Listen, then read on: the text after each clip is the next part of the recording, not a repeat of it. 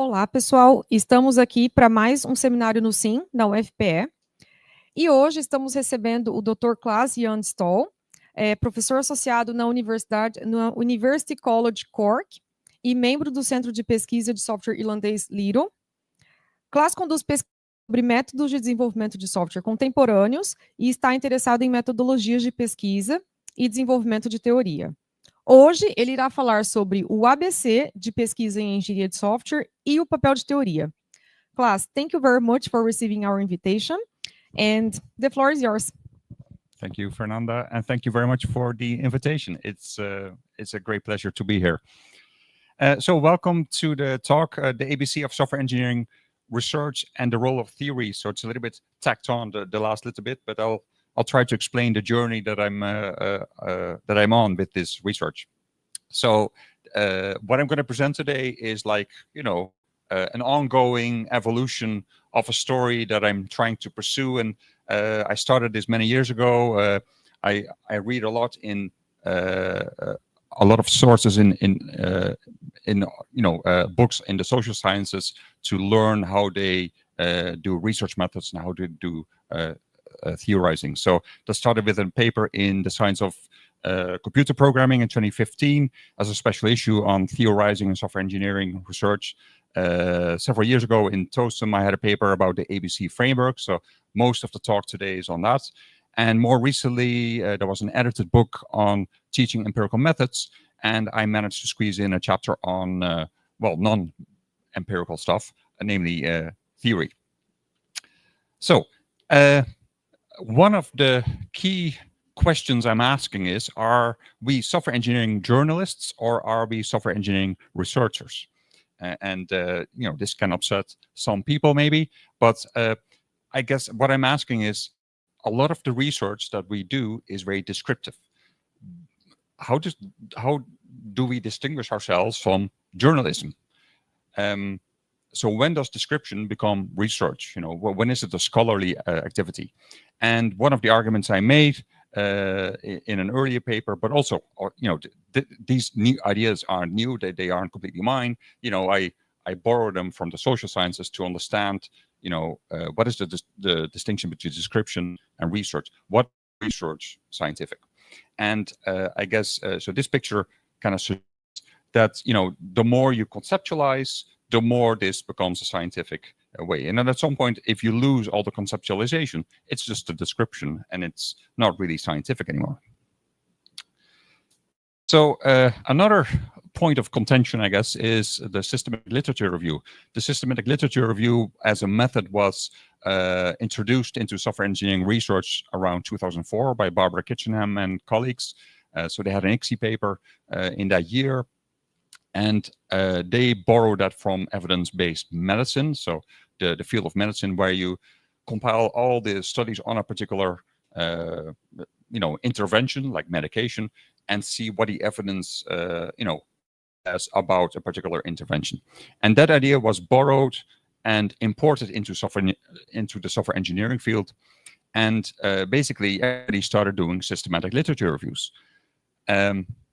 They are a very useful way for junior researchers to get started, to find your way in a research area and to get an overview of the field. But in reality, these have become, I'm not going to make friends with these statements, but these are paper counting exercises in many cases. And I'm as guilty as anybody. I've done exactly the same, but I guess, I don't want to say that I've seen the light, but, I have seen in other fields this can be done much better. So there's no true synthesis. It's just a list of papers. So in these papers they say, well, Johnny said this and Timmy said that and Freddie said that, and there's no comparison. There's no integration of these findings. So there's no synthesis. So it's very useful to have an index of papers. These systematic literature reviews are quite handy, because it gives a quick overview of a field. It gives like an index of all the papers. But is it truly a scientific contribution?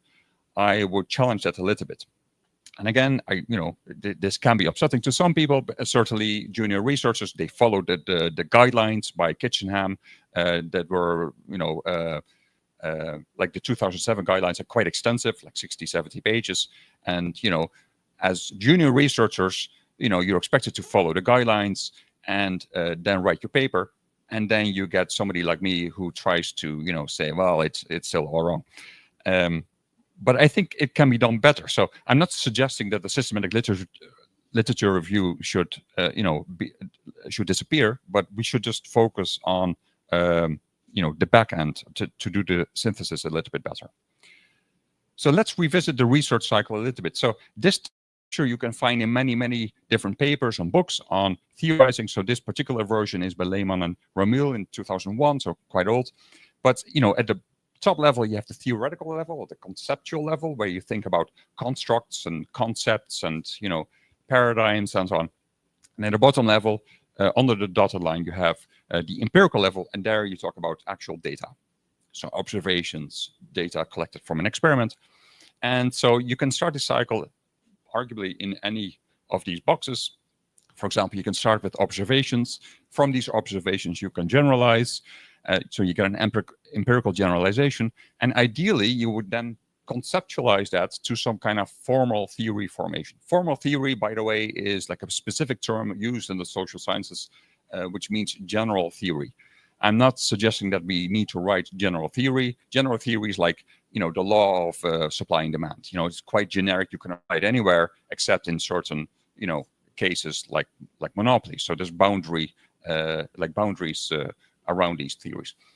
But I would argue formal theory can also refer to, just small scale theory, mid-range theory, for example. And theory would in turn inform a future study design. So it can help you, it can point you in the right way what to study next. And that can then lead to observations and so on. Now, what happens in reality is that we take shortcuts.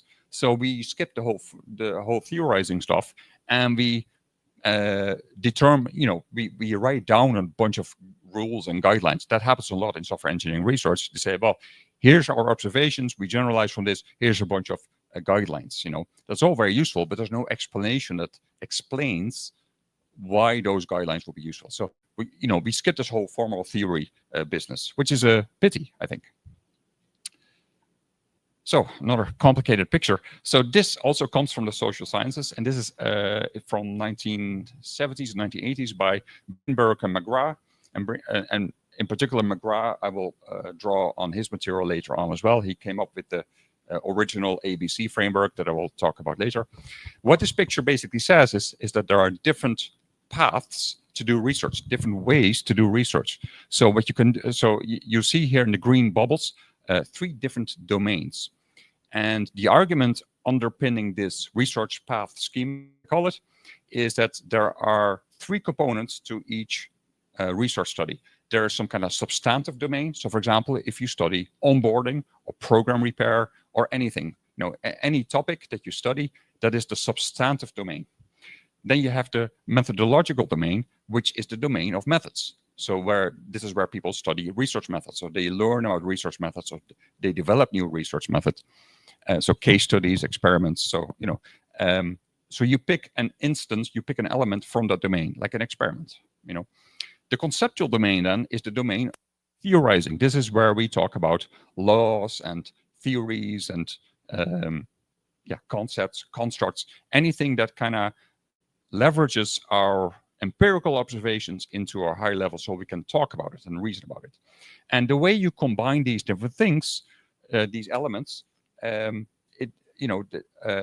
will differ for each study. So what you could do is you could say, well, based on some kind of existing theory coming from the conceptual domain, I'm going to study a particular topic, let's say onboarding of software developers, and I'm going to test a number of hypotheses. But you can also say, well, actually, I'm going to study open source software as an element of the substantive domain, that it's a phenomenon out there. So it's an element of the substantive domain. And I'm going to pick a method, let's say case study, and I'm going to make a bunch of observations. And this is, for example, what Aldous Motchkus did in the year 2000, so very long ago. It's a very famous study in ICSI 2000. It was published. And basically, they came up with a bunch of observations. This is how open source software development works. And they proposed a number of hypotheses. So the hypothesizing, the development of hypotheses that they did, that is then an element of the conceptual domain, because hypotheses are, things that you propose as, this is what open source software development looks like in the more general way. So there are different ways to do research, different paths. So I will to this element as well later. Okay. So the role of theory in these different paths is different. So sometimes you adopt or adapt an existing theory. Sometimes you generate theory, like the example I just gave. Sometimes you test theory, like you test a bunch of hypotheses. And so different studies, they take different paths. So what you can do is you can have a research program and use different paths to, first come up with a bunch of hypotheses and then test them, for example. Okay. I'll briefly give a few examples, and I draw mostly on my own work because that's what I know best. So this was a case study of crowdsourcing about 10 years ago now. And basically what we did is, well, we looked at the literature, said, okay, here's 6 important elements from, the general crowdsourcing literature. We picked a method, the case study, and we picked a substantive domain, crowdsourcing, and basically using the 6 concepts from the literature, we try to make sense of our observations, right? So you can see there's some kind of substantive domain, there's a theory element and a method element. And my argument in a more general sense is that every study should have an element, of these 3 different domains. If you miss one of these domains, so either method or concept or substantive domain, then it's not a research study. This is a different study. This is the hypothetical path where we say, okay, here's a theory that we derive from the literature that we propose, and we study the topic of onboarding. So this is the hypothetical path. And then we pick an appropriate method as a 3rd element, and then we test that theory. And a study design path, which is a bit of a misnomer. So the original calls it an experimental path, but that doesn't really work in software engineering research. If you want to know the details, you can follow up on the original material. But what Medvedovich and Taylor did many years ago now, 25 years ago, and this is actually one of the most downloaded papers in the transactions of software engineering, they developed like a framework analyzing architectural description languages, so ADLs. So that's their substantive domain. That's the phenomenon that they study. They developed their own theory. So that's the comparison framework. So they said, okay, these elements are important. These elements should be part of an ADL. And then as a method, they used analysis on comparison. And they basically picked a number of ADLs, like 10 or 20 or something, and they compared them and they made some sense of it. So it's a different way of doing research. So basically, just to kind of summarize this bit, you pick an element from each domain, and the way you combine them, it defines how what your research path looks like. The main message of this framework is to understand you need to have an element from each domain. If you miss the conceptual domain, then it's not a research study. All you're doing is journalism. Okay, I'm going to move on to the ABC framework, so the next framework. So I have a lot of frameworks that I borrow and import from other domains just to kind of make sense. Because in software engineering research, I think we can learn a lot from other domains that have already thought about these things. So this is called the ABC of software engineering research. And some of these quotes may look familiar. So welcome to software engineering research. Meet our reviewers. They are very kind and friendly people. And these are typical comments that you can expect on your paper. Say, well, unfortunately, your study presents only a single case, so the findings of the study are not generalizable. This is the feedback I got on an ICSI submission in 2010 or something, many years ago. And you just have to make do with that, The next comment could be this experiment was conducted with 42 undergrad students, so some trivial classroom tasks, so the research does not reflect a realistic setting. Reject. And the last example is your simulation oversimplifies the real world. What can we learn when you limit the model to only these 4 parameters? So these are very short-sighted comments, highlighting the ignorance, let's say, of reviewers, because they do not understand that the research setting, affects how you design your research. And I will explain what that means exactly. So I think these quotes are very nice, and they illustrate the key, the essence of the ABC framework. So Ephraim McLean is a very famous information systems researcher. He said the proper place to study elephants is the jungle, not the zoo, saying you need to go to the right context to study a particular topic. But then, somebody in the audience responded, well, the proper place to study bacteria is the laboratory, not the jungle, arguing, well, you can always go to the jungle, but like that might not be the right place, right? So I think these quotes, they complement each other very nicely. So let me also say that a lot of people in software engineering research have, written about it. So I'm standing on the shoulders of others, so I can see a little bit further. For example, so Mary Shaw wrote this famous paper in I think it was in ICSI, or an analysis of ICSI papers, 2003, basically arguing, well, there's different ways to do research, right? There's different ways to write an ICSI, for example. Roel Wieringa, a famous requirements engineering researcher, developed this framework to also recognize there's different ways to do research, in particular focused on requirements engineering. And Steve Easterbrook et al., they also made some kind of comparison of different research methods in a very famous chapter that I would say everybody would know. I think it's called Selecting Empirical Methods, something like that. It's a book chapter. Now, when you focus on research methods alone, only on the methods, and you go through all these different sources by Robert Glass, for example, and there's other sources, they come up with all these lists of, which is all very interesting.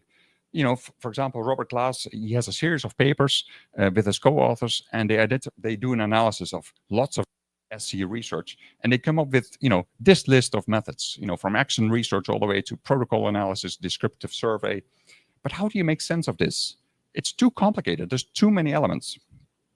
How do all these different methods link together? And this is one of the questions I was facing when I started doing my PhD back in 2008. I was like, okay, how does a case study compare to an ethnography? I know, once you read up a little bit on ethnography and case study, you start to understand the difference a little bit, but are they really different, or how different are they really? And how does that compare to other elements like action research, survey, quasi-experiments? So there's no overall framework that helps you understand how you can compare these things.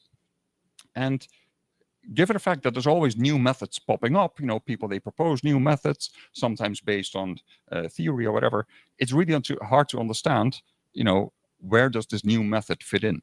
Is it just a dot on the screen? So, and then also little, sideshow here. So many researchers, they seem to have some inferiority complex, and they compensate in their language. So for example, and these are actual phrases that I've seen in papers say, oh yeah, this is a real world case study. It's not just a normal case study. This is a real world case study of a real world company, not a fake company. No, it's a real world company. It's like, it's a little bit of, real world here, real world there. A real world application in an industrial case study, not just a normal case study, an industrial case study. Ooh. It's unnecessary. It's compensating the fact that, be a little bit confident in your research and then do good research, and you don't need to compensate this.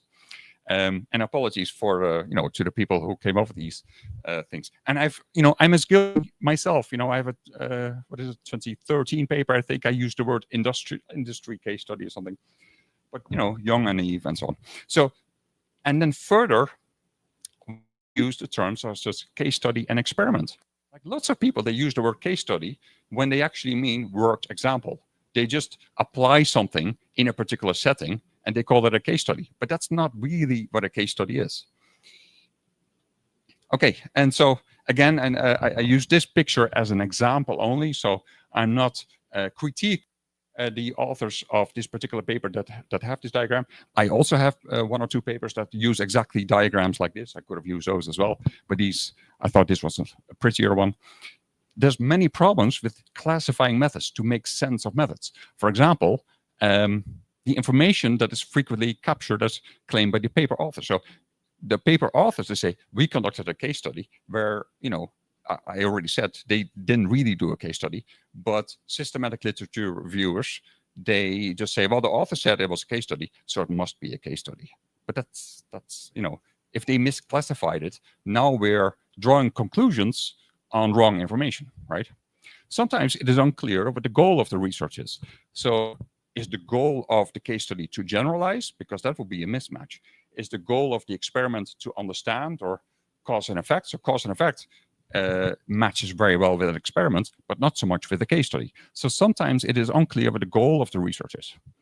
Some methods are data collection methods only. So, you know, if you say, well, we did a bunch of interviews, okay, cool, but that's just data collection, you know. So was that a survey or was it a case study? Because you can do interviews in both settings as part of both strategies, I would say. And some aren't methods at all. So here in the diagram, and that's why I use this particular diagram, it says, well, one of the methods was modeling/framework. Okay, cool. And I fully appreciate that some authors, they, you know, that's all they say. Well, we modeled or we created a framework. But that's not a method. So how did they, you know, what method did they use? We can't understand. So we need to dig a little bit deeper. On top of that, case studies can be exploratory, confirmatory, evaluative. So a case study by itself, you know, can have 5, 6 different purposes. We can do interviews that are exploratory or part of a case study or part of a qualitative survey. So it's a huge, big mess. How do we make sense of this? Okay, let's revisit very briefly, just as an intermezzo. What do we do in software engineering? Research? Either we seek knowledge or we seek solutions. And so what you see a lot in ICSI papers, and this is not a critique. I mean, as an engineering field, I guess we should come up with solutions. But either we seek new knowledge, so we try to understand and you know, we ask people what they do, and we ask for their opinion, or we create a thing like, you know, some kind of artifact, and then we want to evaluate it, right? Okay, so just keep that in the back of your mind.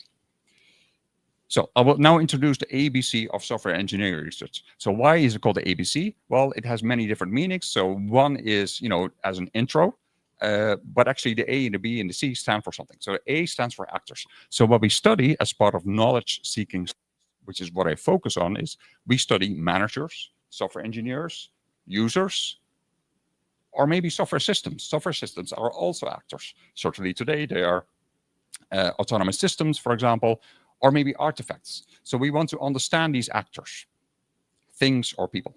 We want to understand their behavior. We want to understand system behavior, like performance, like all the quality attributes of a system. Or we want to understand the motivation, for example, of people, the attributes of people. So software engineers' behavior, for example.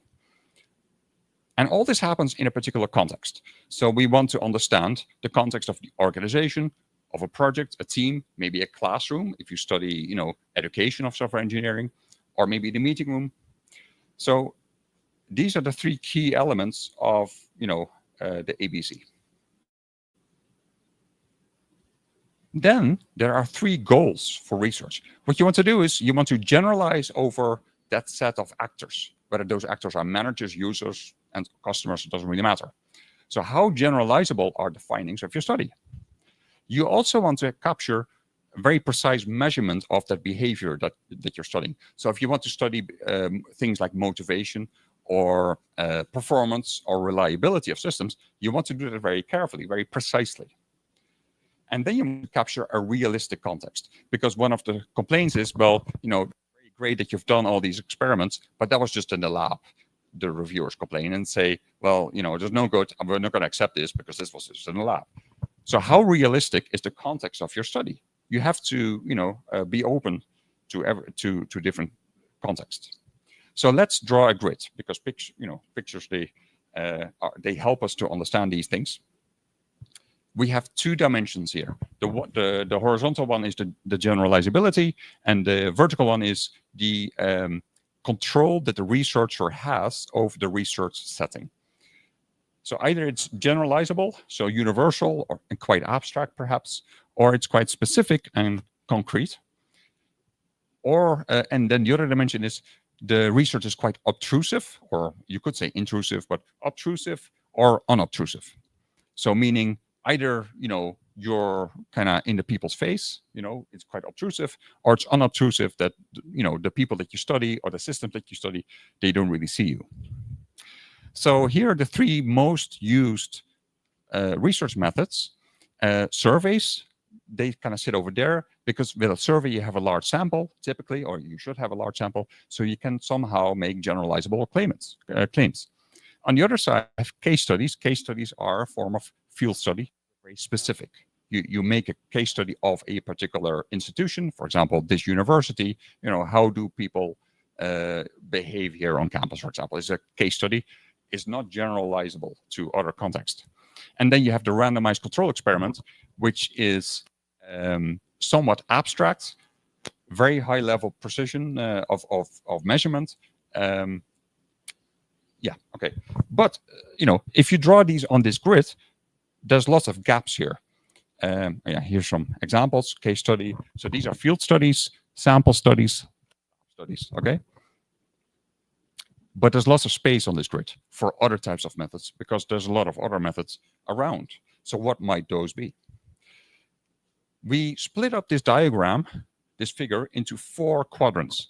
So the first quadrant is natural settings. So field studies, like case studies. So a case study is a form of a field study. It's like a jungle. A field study is like a jungle, where you kind of, you observe, the creatures in this jungle from a distance, and then you try to make some sense of it. I'm not going to go into too much detail of these examples. You can find them in the paper, but you kind of get the sense. You study something in the jungle. You can also do a field experiment. It's also a natural setting. For example, if you want to study, behavior of seeds flying by the wind, like how do seeds of trees or whatever, how do they get dispersed in the jungle? So this is actually an image of a research study that focused that, and they chopped down some trees in different shapes, and they study the behavior in a real world setting. But as you can see, it's also a little bit more obtrusive, because they had to cut down some trees, right? So it's not pure observation. It's now you have to make some kind of research setup. You have to cut down trees and then make your observations. But it's still in a real world setting. It's more like a nature reserve, I would say. So besides the natural settings, so the real world, you also have contrived settings. So this is where the lab comes in, the lab experiment. So the lab experiment is like, an abstract setup. I mean, of course, it's concrete, but you want to study very specific mechanisms, right? But you can also do a little bit more closer to the real world. It's still contrived, but now, for example, you simulate things. And this is more like, a greenhouse or a flight simulator, right? So you study the behavior of people in a contrived setting, because nobody, no pilot will go into, a flight simulator to take off somewhere, because you will go nowhere, right? This is only for training, but it's to observe behavior, for example. The third quadrant is neutral settings. And this is the setting where you ask people for their opinions, for example. So this is more like, the sample study is more like, when people vote, for example, you capture all people's preferences, and you can generalize over that. The general sentiment is that, this or that political party should be in power. So this is where we want to generalize over a particular domain. But then slightly, like somewhat similar, but slightly different, is the courtroom or judgment study. So in a judgment study, you don't want to really seek statistical generalizability, but you want to pick a number of specific experts who you carefully selected and kind of learn from those. And this takes place in a neutral setting. It doesn't really matter where you do this. It doesn't have to be a contrived setting. It doesn't have to be a lab setting. It doesn't have to be the real world. It doesn't really matter where this happens, as long as the setting isn't really, that it's not distracting. So you probably shouldn't ask a bunch of people questions in the disco, for example, because it will be too noisy. They couldn't hear you. And then the fourth quadrant is the non-empirical settings. So non-empirical settings are computer simulations, like weather forecasting system. So you program these environments with a bunch of parameters or values, and you can see what happens. And there's examples of this as well in software engineering research, but it doesn't happen all that much. Now, what might be the last strategy then? That's formal theory or theory element. So basically what you do is, for example, in a systematic literature review, you find all the pieces of of evidence, and then you try to make sense of it all. And my argument with systematic reviews is that this doesn't really happen, but it should happen. You have this whole box of jigsaw puzzles, of the pieces of the jigsaw. But what we do then is count the pieces, or put them, say, well, there's 50 blue pieces and 60 red pieces, but we don't actually try to fit them together. And that's a missed opportunity. Now, I appreciate it. My description so far has been a little bit abstract, and I don't want you to give you any homework, but like, it is all in the paper, and then you can maybe read up to see what I meant. But if you're interested, so there's different research strategies, and they're all kind of trying to optimize these different goals.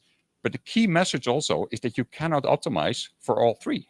So if you want to capture a realistic context, you will lose out on generalizability. You will lose out on precision, because if you make observations of real animals, elephants in the jungle, you cannot measure certain mechanisms, how things really work. The causality of things doesn't work. You need a lab setting for that, which is much more precise.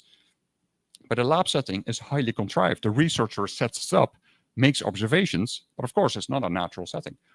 So the problem with a lot of review comments is that they are unreasonable. They say, well, we cannot generalize from the case study. Yes, that is true, because the ABC framework explains why that is so.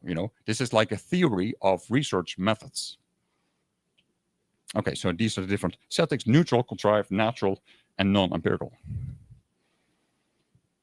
Okay, so why am I spending, all my working time, that I get on research doing this stuff? Like, why is this interesting for software engineering research?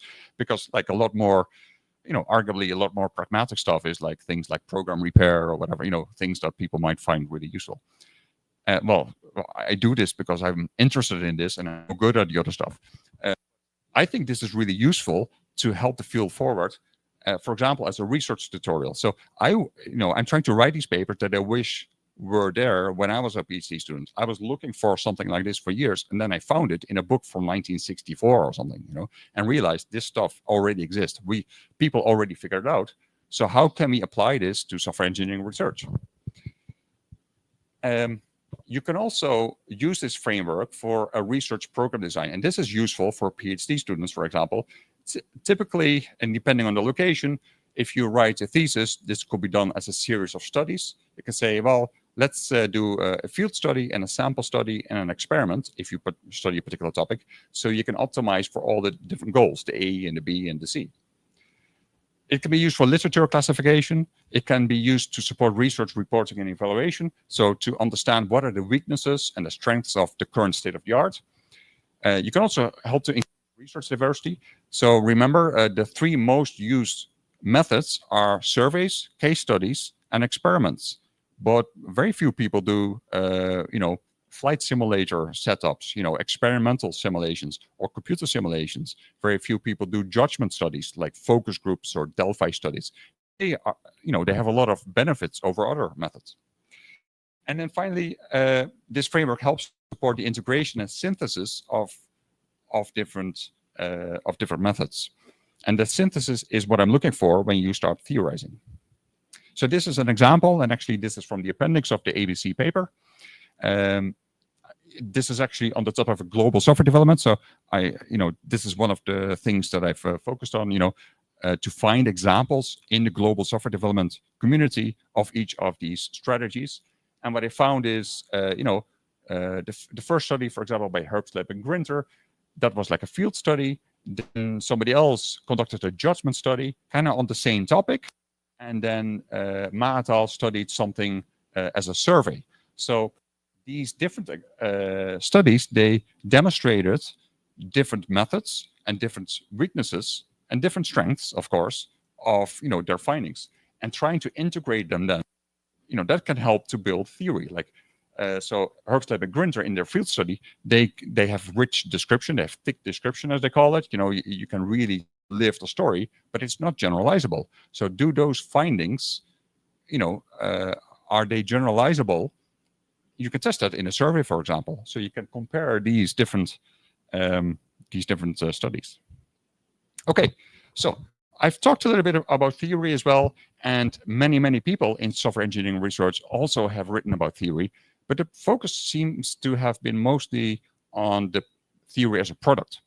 And the more I realize, the more I read about this stuff, the more I think that we should forget about theory. We should think about theorizing. So don't focus on the products, because most tutorials of theory, they say, well, a theory is a set of constructs connected with relationships, and we call them propositions. Like, okay, that's very cool. That's like a diagram that looks like that with a bunch of boxes and arrows. But if you study program repair, or if you study global software development, how is that useful? Like, where do these boxes come from, and where do these arrows come from? Like, how do I make that? So I think we need to focus more on the process. How do we do this? Now, because of I don't have too much time, I will not go into too much detail. But here I'm drawing on information systems researchers who have thought about this very extensively, and I've applied their ideas to software engineering research in a recent chapter on teaching how to theorize. And basically they say, well, forget about the theory. There's useful theorizing products that we use every day as part of theory development or as part of study design, for example. So many people, well, everybody has a research question, right? But a question, like most PhD students, take a whole year to actually identify what is the question. Like, why does it take a whole year? Well, you need to understand the current state of the art. You need to understand what is going on in the field, and then you can ask an intelligent question. So a question is an intermediate product of theorizing, because by setting up the question, you help to understand, you help to justify, why am I studying this? It's not just a question alone. It comes with a whole story, with a whole backstory. Then we have paradigm, law, frameworks. These are all familiar topics or terms, I guess, and they all help to frame the research. So if you identify an interesting question, that helps to frame the research. Like, what are you focusing on? And a framework, for example, is an overused term, but a framework typically is like, a set of themes typically, or like it's a simplified description of how things kind of hang together. And it helps to understand, to make sense of a particular topic. Then we have the second type of intermediate products. It's called myth, analogy, metaphor, and model. And these help to generate theory or theoretical insights, not necessarily theory. For example, metaphor are widely used. For example, sorry, I come ill-prepared here. So for example, the onion structure of open source software development. So open source communities, they have been hypothesized to look like an onion. But of course, not a real onion that hurts your eyes when you cut it. Like, that would not make sense. But everybody understands that an onion is layered, right? An onion's layering kind of matches the layering of an open source community. So you have people in the core, and then there's a layer around that, and a layer around that. And layers, they have different levels of engagement. So that is a metaphor for the structure of open source communities. And when I tell you now about the onion structure, you immediately can visualize that almost, thinking, oh yeah, communities are organized like structures. In fact, I would argue most communities are organized like onions. There's always a core. There's always these power laws, but where a small group of people, they are the best known, have the highest citations, the most people, the most papers, and so on. So even the software engineering community is like an onion structure. There's like this core, and there's a layer around that, right? So that is an example of, it helps to reason about things when you use metaphor. But you can also use analogies or myths even, or some kind of model where you kind of, could even be a simulation, for example. Okay, so theory components is then, this comes closest to the element of a theory. So we have concepts and constructs, and they are very similar, but in the book chapter that I wrote, I explain how they are different. It's a little bit technical, but anyway, we have statements, which is a very generic term, but a statement is something like propositions or a taxonomy, where you state, well, this hangs together in the following way. So, for example, Darwin's taxonomy of I'm not even sure what it's called, but all the different types of animals that he observed, for example. And then hypothesis, which is close to a statement. Hypothesis is something that is explicitly testable, for example. So in the book chapter that I did based on Hassan's work, and I applied this to software engineering research, I tried to trace back, the research that was done in the software architecture field. So software architecture is a field that I've studied many years ago, so I'm not really clued in anymore in the latest stuff. But I found that some people, they develop a framework, for example, and apologies for the poor quality here. It's always like this, but the framework then, or the framework was developed based on a model.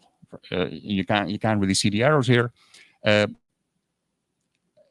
Somebody else developed some kind of paradigm. So I think Jan Bosch, for example, famous software architecture researcher, he said, well, maybe instead of seeing a software architecture as a bunch of boxes and arrows, like the components and the connectors, maybe we should see software architecture as a set of design decisions.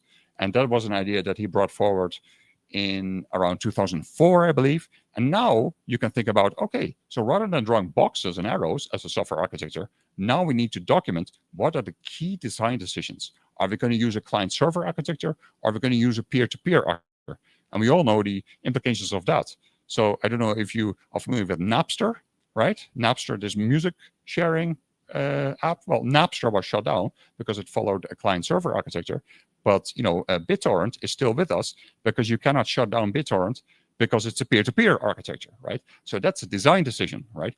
So rather than drawing the boxes, like, this is a client-server architecture, why don't we, document it as a set of design decisions? So that's a different paradigm. It's a different way of looking at the world.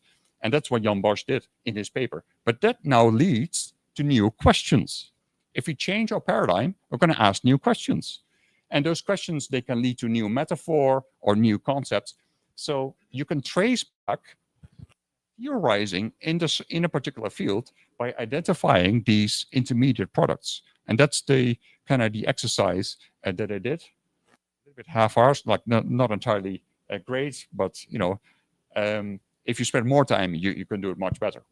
So you have different theorizing products, and that's kind of the essence of that chapter, which is very much based on Hassan's work in the IS field. Okay, so bringing it all together, I open up with the ABC of software engineering research, arguing for we need a way to theorize about methods and to make sense of the shopping list of methods. I've also argued that we need three different elements as part of our research studies. Something from the substantive domain, so this is the phenomenon that we're studying, some element of the methodological domain, like how are we going to study it, like case study, experiment, and then some kind of element in the conceptual domain. Either we generate some kind of theoretical concept or we derive some hypothesis, but without it, it is just journalism. We need that conceptualization. And then lastly, I suppose, I focused on building theory. So not so much the product, but focus on the process. How do we do that? Well, you can trace back the efforts of other people. So I know for sure that Jan Bosch wasn't really thinking about theorizing. He just observed that, rather than focusing on components and connectors, he said, well, let's think about these things as design decisions. He wasn't explicitly theorizing, but I'm telling you now that, in fact, he was. And I think, me telling Jan Bosch that, in fact, he was doing theorizing, this is increasing a level of awareness that I think we need to have in the software engineering community. And then, sprinkled throughout the talk, I've been complaining a little bit about how people do systematic literature reviews. The front end of systematic reviews, where you have a search string and a very careful selection process, where you go down from 10,000 identified titles all the way to the 12 papers that you're actually reviewing. And then we say, well, 5 of these papers were published in IST and 6 papers were published in ICSI. How is that interesting information? That is not really interesting information.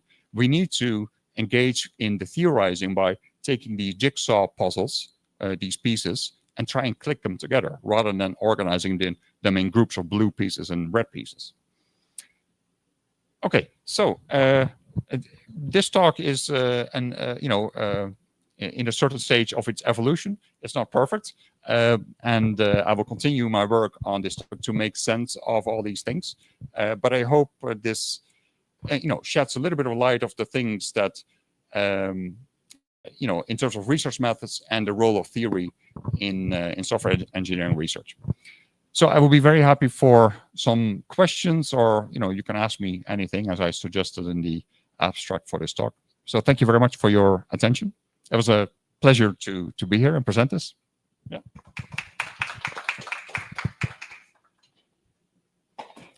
Questions? Hey, thanks. It's very nice topic talk.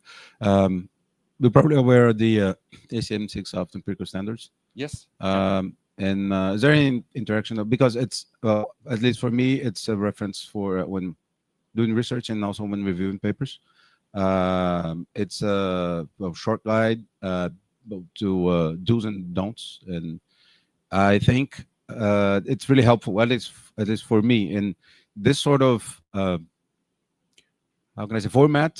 Maybe it's easier to access than a research paper. I'm not saying that research paper shouldn't be done on this, but do you think on something like merging this, or like proposing something similar as a guide, or something that to support researchers? So the empirical guidelines effort that has been led by Paul Ralph. So I know Paul very well. He's a friend and also co-author of mine.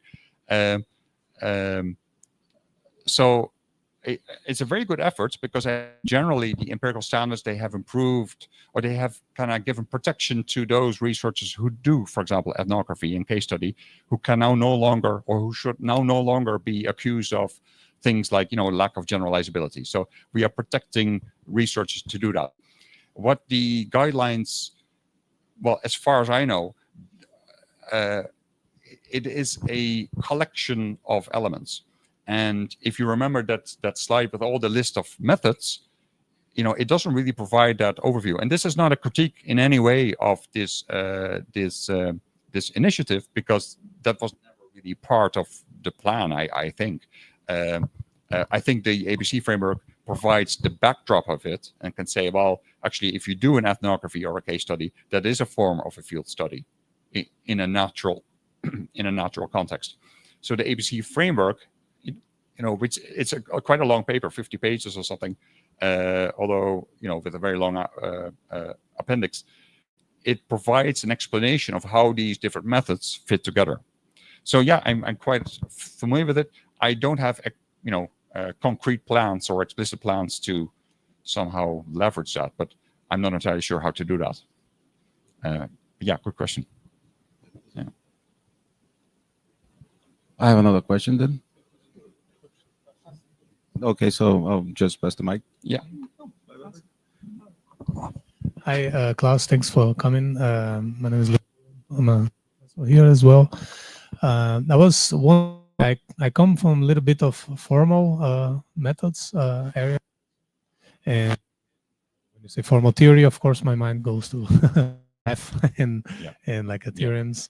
But I was just wondering, because in a sense, our experience here was pretty similar in a way of these paths, right? So in many cases, we actually developed a theory based on observations that we made. Like we actually built a tool, we interacted with a company, let's say we did a study, we did some empirical study, and then we kind of, okay, let's sit down and like formalize this and even run into a proof assistant or whatever, and prove these properties, or in kind of abstract way these properties. So do you see the role of theory?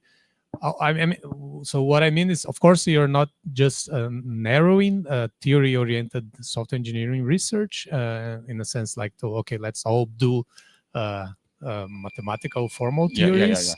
But how about the structure of this theory? I see that there is something about that in this building theory, but what are your thoughts on how do we leverage some structure without also making it so rigid that, okay, you have to fit in this box? Exactly. Yeah, like no, and that's a very good question.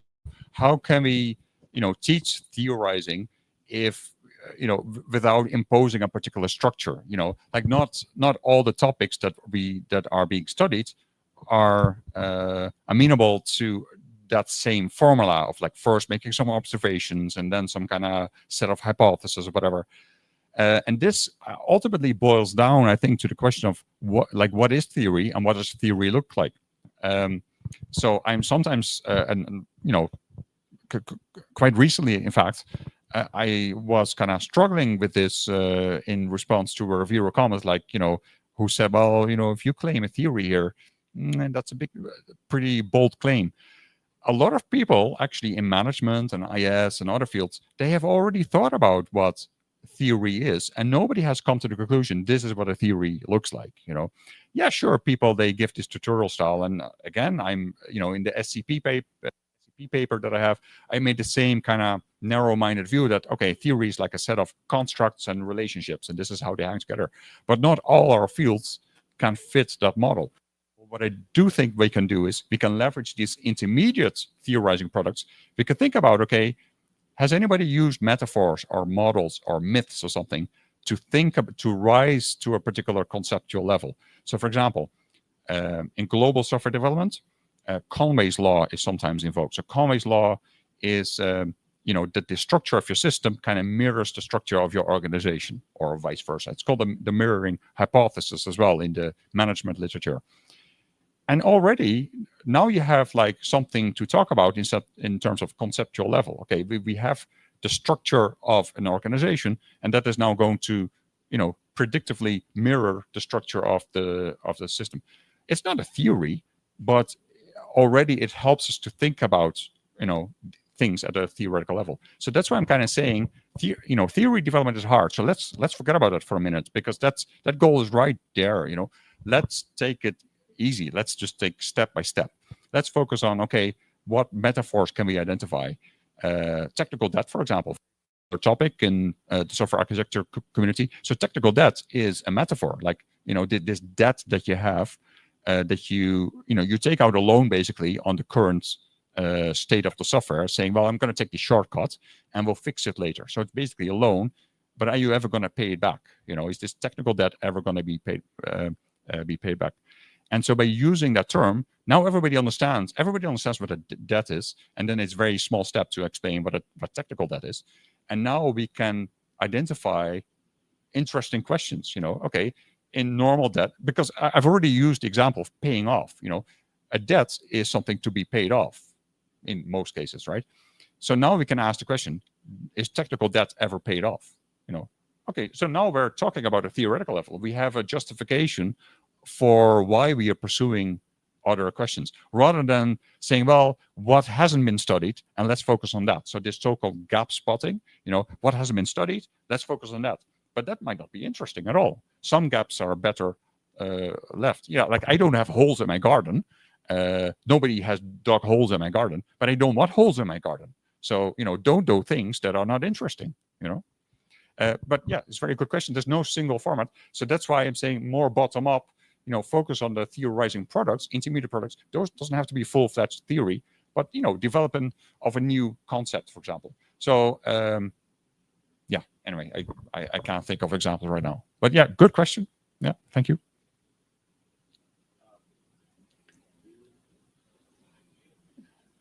Okay.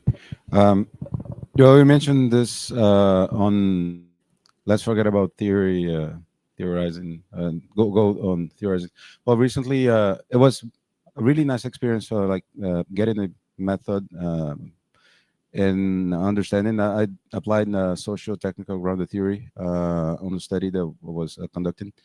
And it was really nice to see the steps that was in Rashina's book. But, well, something I missed is like, how do you, finally there's a moment to, hypothesize this theory. And I missed a little bit of details. As she gives an example of the 6 C's as one of the strategies to create a theory. Yeah. But we went through another path of creating a central category and connecting the other concepts or themes that emerged. But it was a tough exercise. And it depends also on the sample that you have, that and the interpretations of the researchers, and it's all subjective. But and it's difficult sometimes to reproduce this in another setting, just to confirm. But my concern on this is like, okay, so we are creating many theories, and sometimes they're pretty much about the same thing, but they differ.